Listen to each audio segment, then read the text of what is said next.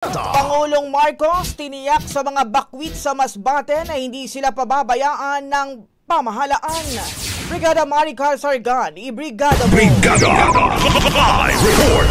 Tiniyak ni Pangulong Ferdinand Marcos Jr. na patuloy ang suporta ng pamahalaan sa mga pamilyang naapektuhan ng bagyong Opong sa Masbate at iba pang lugar na tinamaan ng kalamidad.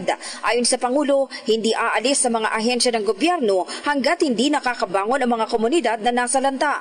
Mananatili din anyang bukas ang lahat ng ahensya para tugunan ang anumang dagdag na pangangailangan ng mga residente. Kasabay ng pamamahagi ng ayuda kaninang umaga, siniguro ng Pangulo na hindi agad matatapos ang tulong kahit makaalis na sa evacuation centers ang mga residente. Samantala, kabilang sa mga ibinigay na ayuda, ang family food packs, malinis na tubig mula sa mga nakadeploy na water purification trucks at hot meals sa pamamagitan ng food trucks ng DSWD. Nagkaloob din ng tig 10,000 pisong cash assistance sa mga pamilya upang matugunan ang kani-kanilang partikular na pangangailangan tulad ng gamot at pagkain para sa mga bata. Dagdag pa rito, namahagi rin ang pamahalaan ng mga Starlink units upang matiyak ang komunikasyon at internet access sa mga lugar na apektado ng pagkasira ng linya ng kuryente.